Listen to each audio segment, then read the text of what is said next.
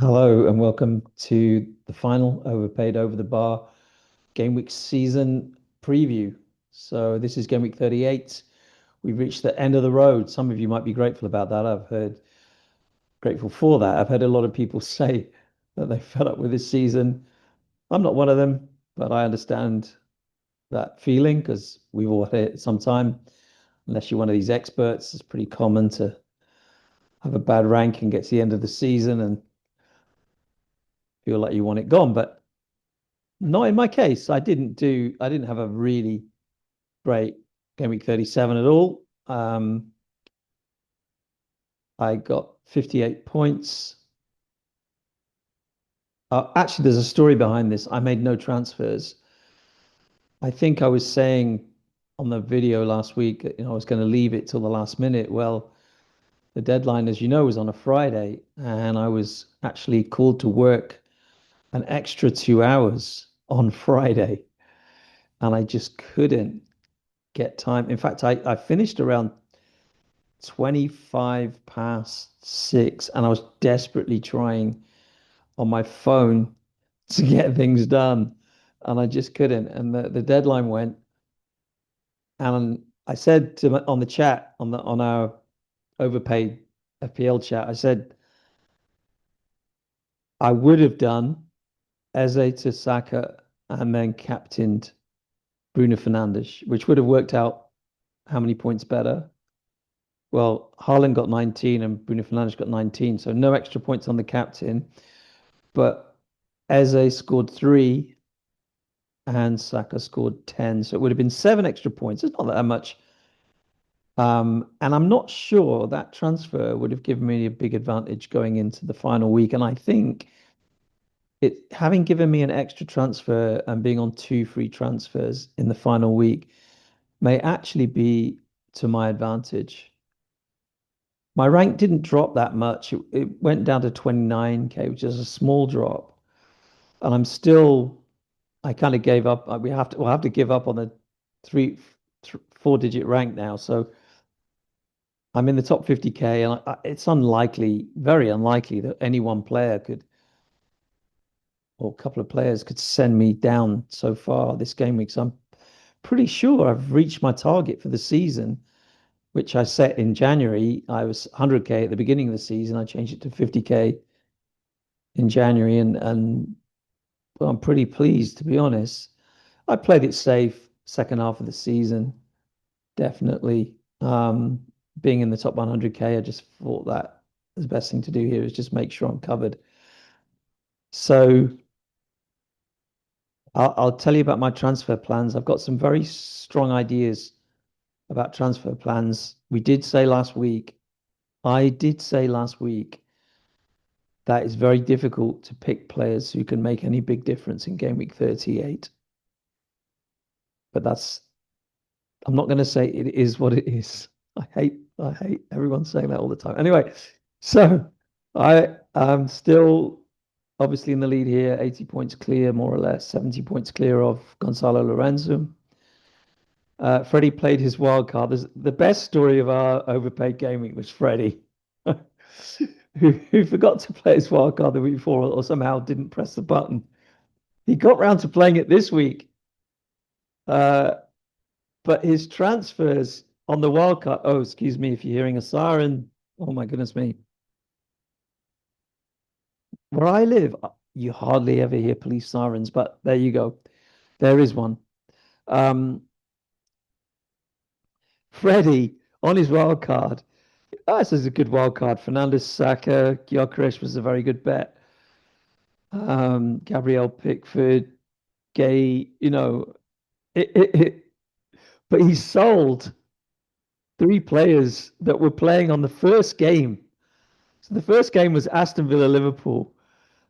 And he had before the before he did his wild card, he had Watkins, Rogers, Szoboszlai, and Virgil.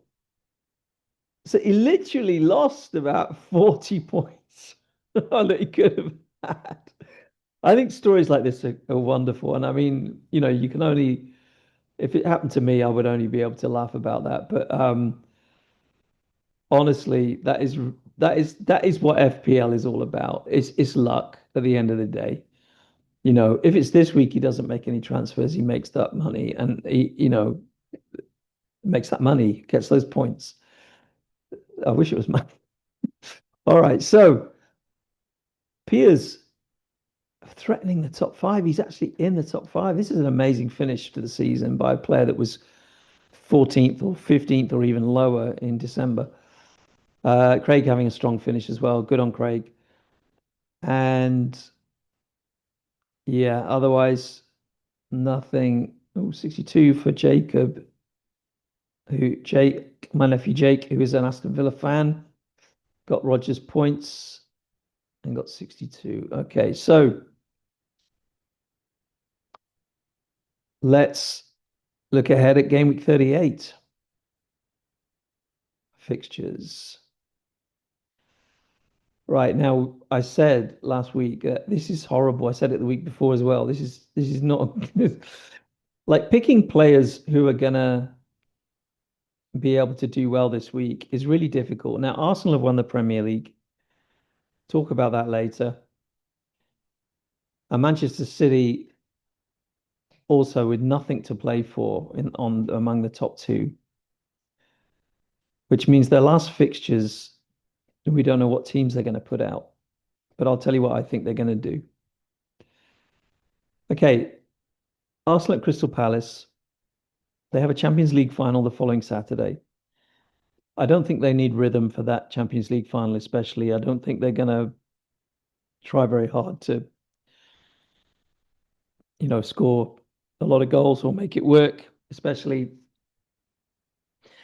I think they're going to rest Saka. I think he'll come on second half.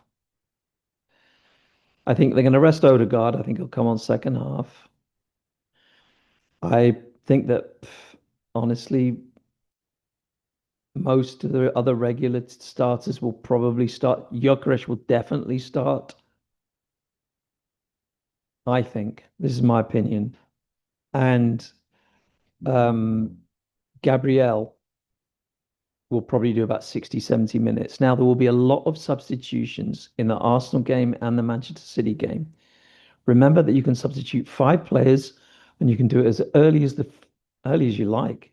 You can do a substitution in the 3rd minute if you want. So Arsenal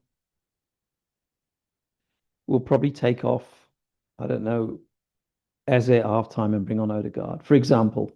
Yeah. They'll probably take off Trossard at halftime and bring on Martinelli, or vice versa. It doesn't matter.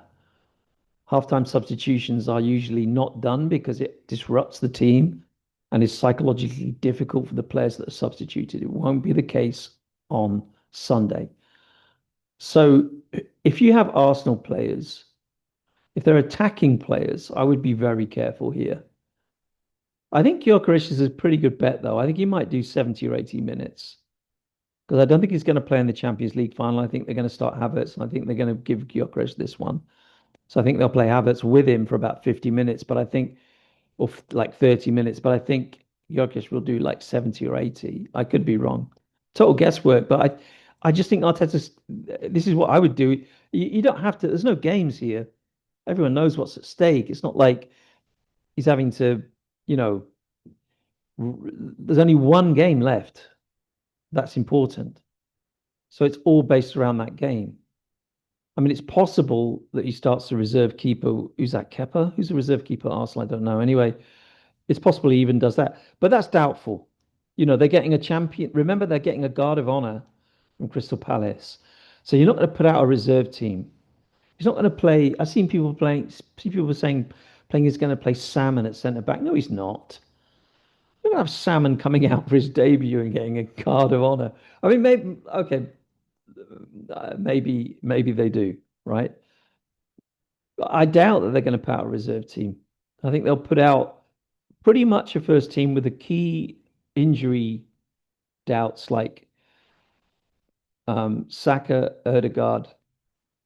Um, who else would be rested on that basis? Maybe Saliba, and then bring them on quite early, maybe 60 minutes, 50 minutes, or even at halftime. because that just makes keeps everyone happy, preserves the fitness.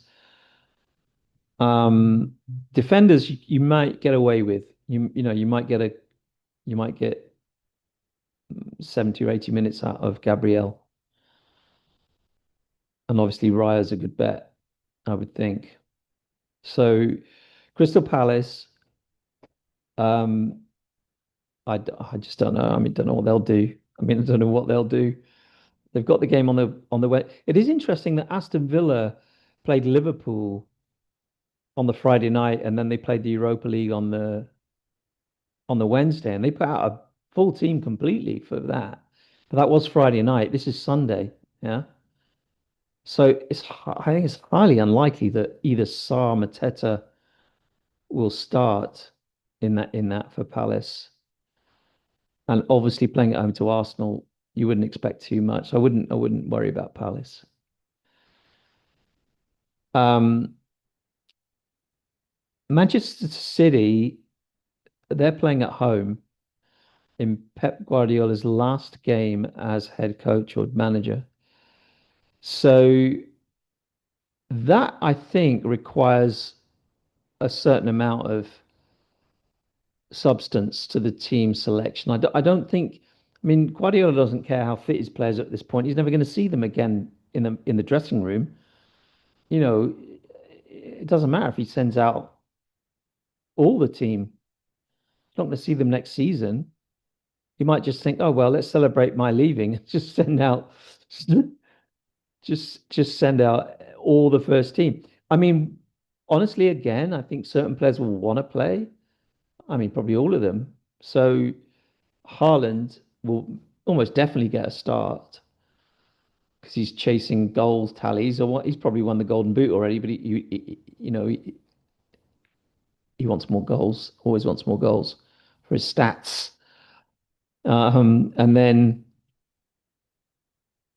I mean, when it comes to Semenyo, I do think there's a good chance Phil Foden will start, just because it's Pep's last game and it's a reflection over the years of the service.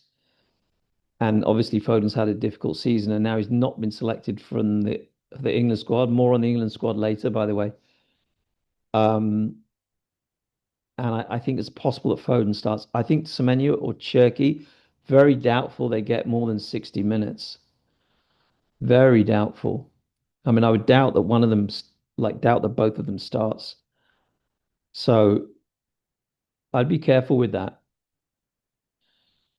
Um, Otherwise, O'Reilly, I've no idea. So those popular Man City assets, Haaland, Cherky, Semenyo, O'Reilly, and Gay. I mean, Gay will probably start, I'd imagine. But then again, like I said before, you'll probably do 60 minutes and come off. It's the last day of the season. Everyone gets a run out. This is more of an occasion than a match on Sunday at the Etihad. It's not an important match. Aston Villa, will they still be drunk? Ollie Watkins looked pretty drunk last time I saw him. Good for him, by the way. Exeter boy. Well, he's a Newton Abbott boy, but he's an Exeter City boy. Um, so I love him. Always loved him, and it was great to see him lift that trophy. More on that later. Okay, next, the Liverpool fixture looks tasty at home to Brentford. However, Brentford, good opponent, and there's no reason. I mean, if you said to me, Brentford win this 3-0, I go, okay, like, I mean, it's not out of the question. Um, I want to say something first of all about the Salah thing. I mean, he, how many times this season actually has he gone online and complained about Slot? And how many times has Slot complained about him publicly? I mean, I feel that ever since he was first being substituted, not given 90 minutes for Liverpool in the autumn, sometimes he's been like, I'm going to get you. I'm going to have you. And obviously the poor form of the team has really helped him in his cause against Slot. Um, and of course he wants heavy metal football because that suits his game, right? He doesn't want this game where he has to track back or has to do any work off the ball, and he's just not quick enough now to get out of tight spaces. He won't. He takes on players and loses the ball. He's not as valuable as a player as he was, and he needs to realize that. You look at other players when they mature, you know, great players like him. He's a great football player, like the very elite. You look at some of the other ones, and they start to assume different roles, change their game a bit. You look at what Messi tries to do on the field now is nothing like what he tried to do when he was 22. But Salah doesn't seem to have this idea. Everything is about slot, or nothing is about him. And he talks about slot throwing him under the bus. Well, I mean, pot and kettle, you know what I'm saying? So it's his last game for Liverpool. Slot almost has to start him because of that. And if he doesn't, but I wouldn't blame him. If I was Slot, I wouldn't want to start him. The guy's just come out on 3 or 4 occasions and said I'm shit. It's like, what? If he doesn't start him, it could be a real problem. But honestly, I wouldn't blame him if he doesn't. I know that a lot of Liverpool fans are anti-Slot and they think that Salah is totally justified, but I really don't. Whether you think there's a better manager out there than Slot, or Slot's done a very bad job, and he certainly has not done a good job this season at all. I don't think Salah's behavior is at all appropriate to what's gone on. Um, so for once, I'm agreeing with Wayne Rooney on this. He's not too bad, is he, though? Wayne Rooney's a pundit. He's all right. He's all right. So other Liverpool picks include Virgil van Dijk or Szoboszlai. They're worth a punt, I would say. Outside of that, possibly Gakpo. I mean, there is a chance that he starts up front and Rio plays on the left. Rio's another lovely pick. Ungamoa is his name, isn't it? His second name. Anyway, you know who I mean. The boy wonder at Liverpool. That would be a fun pick on the last day, wouldn't it? I mean, if you had him in your team and he scored, that'd be a lot of fun. For Brentford, I'm actually playing Thiago in my 11. I think Liverpool can see goals. Thiago might score it. I think Liverpool will win that though, unless, the atmosphere is a problem. It's soured by some kind of stuff that's been going on. Anyway, next, the fun fixture. I mean, the dirge fixture of this game week is Burnley Wolves, the worst two teams in the Premier League playing each other in the worst stadium. It looks always like the worst stadium. I shouldn't say that. I've never been there in the Premier League, which is Turf Moor. So there are players you could pick for this fixture. You could pick Jadon Anthony for Burnley, or Fleming, whatever his first name is. Ian. It's not Ian, is it? Alexander. No, it's just Fleming. He's called Fleming. And then for Wolves, you can pick Mane. I think Mane's actually a really good pick. Um, Out of all the Wolves players, I think he's the best pick in an attacking sense. Otherwise, you could just go for defenders. Pick any Wolves. I mean, you can find who they are. They're like players like Esteve or Jose Sarr for Wolves. Um, any of those are decent picks, but it's just so sad on the last day to pick Burnley and Wolves players. I'm just not going to do that with my 2 free transfers. Okay, so let's look at punts we can go for. Manchester United are playing at Brighton. Now, Bruno Fernandes is so hyped to beat the assist. I quite like this actually. Um, I mean, I like assists. I like players assisting other players. I like team play. So I quite like the fact that the assist thing has become a big. I know some people sneer at this, and also the way that the assists are decided, like what is and what isn't an assist. Ah, yeah, whatever. You can, whatever you like. But in the old days, people never noticed sometimes, and then you get a great ball. They didn't really see it as much as the scorer. And when I say in the old days, I'm old, so trust me. All right. Um, Brighton. I'm in a good mood today, but I tell you what, I've been sick all week, and I still am with a skin problem, which is really, really bad. And I think I'm on drugs that are so strong, I'm like hyped to the point where everything's funny. Um, I mean, to be fair, Man United anytime is funny, but Brighton also a good bet. This is the fixture that could be 3-2, 4-2, 3-1, 4-1, because both teams will just want to score goals. Um, and I think attacking players from either of these teams are very good bets. I'm not sure about defensive players. So for Brighton, you've got Welbeck, Hinshelwood, Gross. He's been very, his position at the minute is not very advanced. I don't recommend Gross so much, but you could take him. And then for Man United, you've got Bruno Fernandes, Cunha, and Burmo, who maybe, he does streaks and he's starting to score goals. So could be, and Burman could be a good bet for this game. Okay. Um, what's my prediction for that game? My prediction for that game is 4-1 Manchester United. Believe it or not, I'm predicting that. Well, I don't know. No, I can't be that can't be right, am I? No, 3-1 Man United. So I'm predicting. Okay. Uh Apart from that, Morgan Gibbs White for Nottingham Forest, not included in England squad. More about that later. And what a player. I'm so disappointed he's not in the England squad, but honestly, his position, he would never get a game anyway. Um, that's a good pick at home to Bournemouth. Krupi's a good pick for Bournemouth as well. Playing really well. He's a super, super player. Scores goals, really super goals, like from angles and distances that other players just don't even try. And he scores it often. It doesn't miss that much. Um, otherwise for Forest, Elliot Anderson's a bit of a boring pick on the last day. He's more of a long-term pick, but scoring goals at the minute. You could try that. You might get an assist and a DEFCON. You never know. Well, he always gets DEFCONs, doesn't he? Okay, the relegation battle.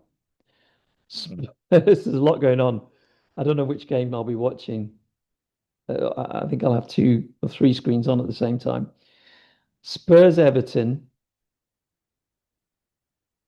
I mean, I think there's definitely a scenario where West Ham stay up because I've been singing Leeds' praises for several weeks and I've been proved right every week that they're a good team and they're hard to beat. But I just think that last game going to London and knowing they've done it and thinking about their holidays, a lot of those Leeds players are not going on international duty, like Ethan Ampadu. Well, a lot of them are not going on international duty. So I suppose some of them are, like Aronson and see Calvert-Lewin's not. So I just think on the last day they'll be thinking, oh, it's holiday next week. You know, just they're probably thinking about what they're going to do next week. That's what I would be. I know I wouldn't actually. If I was a football player, I'd be like 100% every game. Every game. I'd be too serious, too serious. Anyway, so sorry. Yeah, buy me for next week, and I'll get you a couple of goals. Um, so I do think West Ham can win this game. Now that means Spurs have to take a point off Everton. This is going to be very interesting. Very, very interesting. If you, I'm actually going to, I think I might get Pedro Porro. 'Cause I think if Spurs might keep a clean sheet. They'll try. I don't fancy any of their forwards. And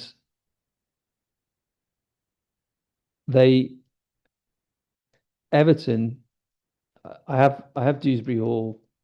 Everton could easily beat them, I think. Honestly. I mean, I do think Leeds could get a point or win at West Ham as well. I mean, I think you know what I think is going to happen? I think Everton's going to win 2-0 at Spurs and Leeds are going to get a last minute equaliser at West Ham. Like everyone's going to be going Spurs are down, then the last minute West Leeds are going to equalise at West Ham. Honestly what I think is going to happen. Sorry, back to FPL. So, any other Spurs assets? I wouldn't go for Richarlison. Richarlison. I wouldn't go for Madison, though that is a nice pick, actually. That's quite a nice, actually, yeah, that's a nice little pick, that Madison. He hasn't scored points in recent weeks, so nobody will be buying him. But if you wanted a differential, it's a nice little pick. Um, and for West Ham, Bowen is the most obvious option, with Mavropanos as also a good option as a clean sheet banker. I mean, not that he's a banker, you know what I'm saying, right? So there's some suggestions for you. Don't say I didn't do anything for you. Sunderland, Chelsea. Chelsea going up north to try and get in the Conference League on the end of this. They don't even want to be in the. Imagine if you're a Chelsea player thinking, hmm, do we want extra games on a Thursday flying to Ukraine? I mean, they won't fly to Ukraine, they'll be flying to Poland to play a Ukrainian team, but you know what I mean? I mean, not that the first team players usually play in the Europa League games until it's like semi-finals, but even then, I just don't think Chelsea care about being in the Conference League. They've got to go to Sunderland, which is a long distance. People like, imagine how Joao Pedro feels, right? He's been left out of the Brazil squad, right? And he's got to go to Sunderland to play a game of football. I don't think I think it's be like 1-1 or something, or 0-0. It'd be a really rubbish game of football. That's what I think it's going to be. But it will be a great occasion for the Sunderland fans who've had a fantastic season. Fulham, Newcastle, no idea. I think Newcastle might win. I think Bruno Guimaraes is becoming more influential for Newcastle.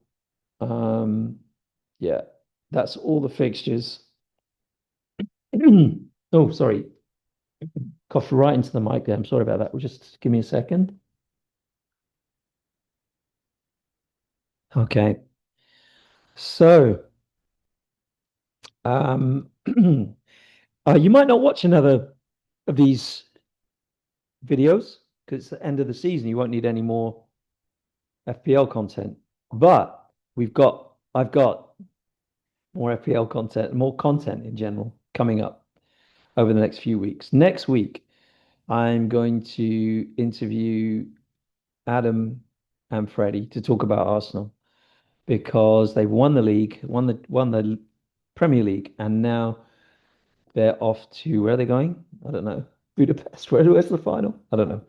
They're going somewhere. I don't think Adam or Freddie are going to that final, but I might be wrong. The Speak Boys seem to always come up with tickets out of nowhere, but um, they're playing in the Champions League final the weekend after this. So we're going to do a video on the season as a whole and their chances in the Champions League final next week. So that'll be out on Tuesday. I also want to talk to Liverpool fans. We have quite a few Liverpool fans among us about their season because it's been very controversial season, very difficult season. Hopefully they'll want to talk about it. I want to talk about it, and I hope they do too. So get some good discussion going on that.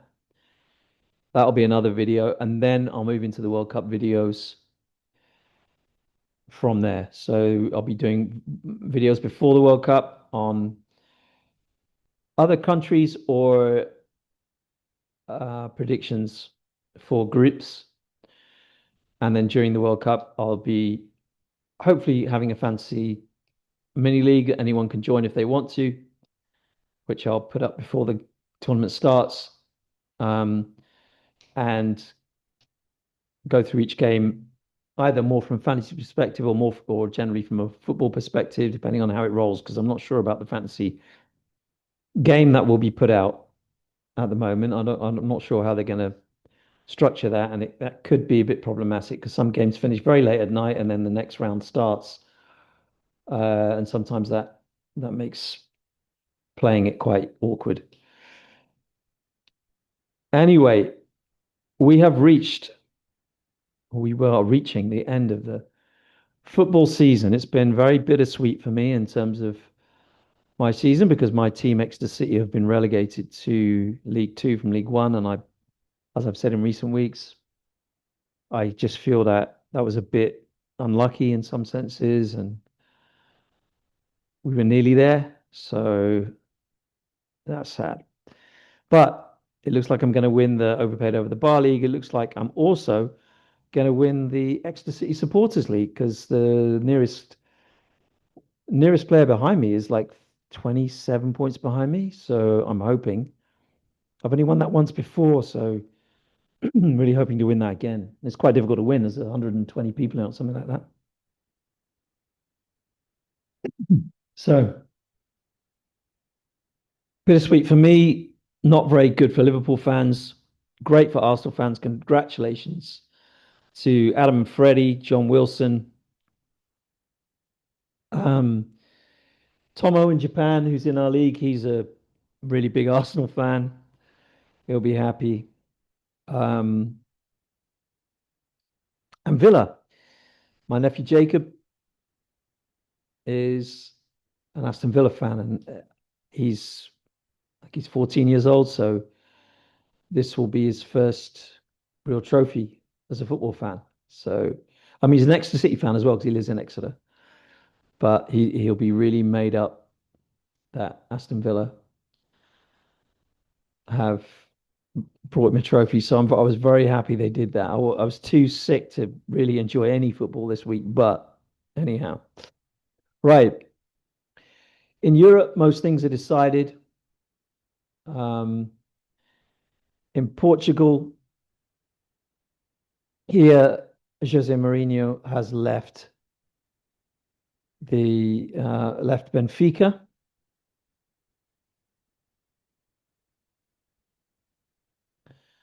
and joined Real Madrid. It hasn't been said much in the comment on this move that when this started about Mourinho joining Real Madrid, when the talk started, Benfica were second, ahead of Sporting, and heading for the Champions League next season. And he'd done a reasonable job, not a great job, but a reasonable job. Um, I mean, they were a bit boring at times, as you would expect from Mourinho, but he kept them focused. And then, soon as the talk started to kick up, Sporting overtook them into second. So he's walking out of Benfica with yet another effective failure on his managerial history since he left Madrid. Because apart from the Chelsea title win, which came a couple of years later than that, I think, there's been very little to shout about. Obviously, his Champions League record is awful. Even at Madrid, it was awful. Since he won it in 2010, it's been absolutely dreadful. So I do think he's a manager living on past reputation. I think a lot of people realize that. I don't think a lot of top clubs would go anywhere near him, but Florentino Perez is a big Mourinho fan because he likes the way he doesn't take shit from the players. And of course, you've got players at Madrid that are quite difficult to manage. And the idea is Mourinho comes in and sorts them out and gets some focus, which who's to say he won't do that? My question is who's he going to bring in central midfield? Because since Tony Kroos and um, Modric retired or left the club, they haven't retired since they left the club. Their central midfield is terrible. I mean, it's literally terrible. They lose games because they can't control games. They don't provide enough chances to their forwards. All their threat comes down wings. It's basically, releasing Valverde or Vinicius Junior down the wing. There's no team play. I mean, I like Arda Güler. I like him as an attacking player. I think he's very, very good. Um, but honestly, he really needs to bring in some players there. And if he doesn't, it'll be the same story for Mourinho next season. Um, and his tactics, I mean, they're based around a time when other teams didn't work hard enough. I mean, that's what he did was he capitalized on the fact that if his all of his 11 players worked hard for 90 minutes, they would beat other teams because they weren't doing that. In the Premier League, that was obvious. You had players, like they would leave gaps, players wouldn't cover properly, midfield players wouldn't track properly. So you got all these players doing that, didn't attack, especially waiting for the other team to give the ball away. And then when you go forward, you've got space to score. Had a fantastic defender in Ricardo Carvalho and a fantastic midfield player in Claude Makelele. If you read the British take on that, it's John Terry and Lampard that won them. No, like they could have had plenty of other centre backs and midfield players in that team apart from those two. That's just my opinion. I don't expect you to agree with it. I'm not saying Lampard's shit. I am saying Terry's not very good because I've always thought that, but very good passer of the ball with his left foot and his right foot. Um, as a central defender, I never thought he was, and I think when he played for England, he showed that. It's like being a central defender is not just like launching yourself when you've already lost the man. Don't lose the man, right? Stay goal side of the man. It's basic stuff. But him and Ferdinand, they never used to. Anyway, don't. Anyway, sorry. I much prefer the England defenders of today. Let's stop talking about Chelsea in the Mourinho era and go to the World Cup. England have released the squad. Tuchel has announced the squad, and I'm not 100% happy about it. I like Tuchel. I like his tactics. I'm not 100% happy about the squad. I think Lewis Hall should have been in it. I don't think that O'Reilly is a better defender than Lewis Hall. I even think going forward, Lewis Hall presents more options because he's left-footed, and we don't have a left-footed player on the left. So I think Lewis Hall should have been in the England squad instead of O'Reilly, and not instead of O'Reilly, instead of well, quite a few players. Jed Spence for one. I mean, I don't understand that at all. A left. He's not supposed to be a left back. He was originally a right back, but he plays at left back for Spurs. He never uses his left foot. I don't understand how he could possibly play in a quarter final of a World Cup anyway. I would love to see a fit Livramento starting, but it will be Reece James at right back, I'm sure, and O'Reilly probably at left back. I mean, that's okay. And then Gay, I hope, and Concert, not Stones. I hope he doesn't play Stones. I would have preferred Colwill. I know he's only just come back from an injury, but I would definitely have preferred Colwill. Very, very strong centre back. Stones, I've never understood why. Good ball player, beautiful football player, yes, but as a defender's a defender. Just want you to defend. Colwill's also a very good football player. Right. Sorry, I get upset. I get upset about England. It's England. Right. So Cole Palmer's not in the squad. I understand why he's not looked fully fit or even that good this season. Um, Morgan Gibbs White, I would have preferred to a couple of the options. I think otherwise Eze's not going to get any much football, is he? I mean, it's going to be Bellingham or uh, Morgan Rogers, who play behind Kane, with obviously Saka and either Rashford or Gordon on the left. I would say I'd prefer Gordon, but I think he might go with Rashford. But when I think about how many times either of them have played under Tuchel, I'm struggling to think actually. So I'm not sure. Um, and then of course the dream central midfield partnership of Declan Rice and Elliot Anderson. I think that is going to be the thing that everyone's talking about if England do win the World Cup. Yeah. And do I think England can win the World Cup? No. But that will be the thing everyone talks about if we win the World Cup. Because those two players are top grade players. They are world class footballers in their position. It doesn't mean they're the most beautiful, skillful players you've ever seen. They're not at all. But in those positions, they are the most effective football players we have ever had or will ever, that we've ever seen for England. And we've only had a few players in those positions who've been any good. Over the years, that's been our absolute weakness. I remember the squad in 2010, he was playing Gerrard and Lampard in that position. It's like, no, like, God, please don't do that. But we didn't have anyone else. We had a half-fit Gareth Barry who was like lumbering around. No. Paul Ince was a good player in that position.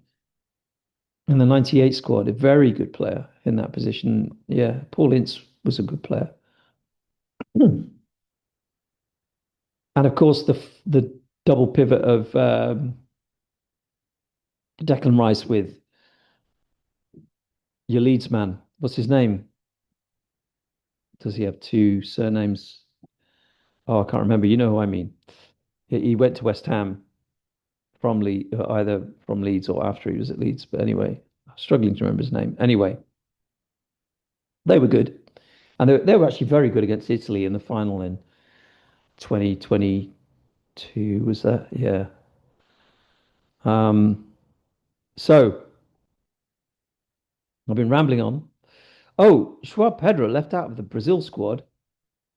That is that is big. I struggle to see how Igor Jesus is favored ahead of Joao Pedro. I just want to check how many games Joao Pedro played in Brazil before he left Brazil. Because in Brazil, there's a thing about not playing in Brazil. Like they don't notice footballers in Europe, especially if they don't play for good teams. But then the thing is that Igor Jesus plays for Forest and Joao Pedro plays for Chelsea. So I mean, obviously it's Ancelotti's decision, and he will be much more aware of European football than Brazilian fans. Yeah, so he played for okay. Joao Pedro played for Fluminense for one season before he joined Watford. And then he played at Brighton. Now, we watched him a lot at Brighton, but Brazilians wouldn't have done. It's not costly for Ancelotti not to select Joao Pedro based on Brazilian opinion, domestic opinion, because they won't rate him as highly as that. Um, but it is very strange. Let me just check Igor Jesus. What did he do when he was actually in Brazil? I don't get the way I do like Jesus. I think he's a very good football player, by the way. I'm not saying he's not good enough. Um, he played for Curitiba, Botafogo. He's played quite a lot in Brazil. Um, and he's made 5 appearances for Brazil. So isn't that fewer than Joao Pedro? Anyway, I don't understand that. I don't know what's gone on there, really. Anyhow, I don't think Brazil are going to win it. I'll do more on the World Cup in another video. But the main reason I don't think they're going to win it is because of midfield, really. Well, they do have Gabriel in defense. Anyhow, thank you so much for watching. I'm sure that most of you are not watching. As I always say at the end of it, I'm sure none of you are watching by now. Um, have a great end to the season. It's going to be exciting on Sunday, so enjoy that. Why don't you? And take care. See you next week. Bye bye.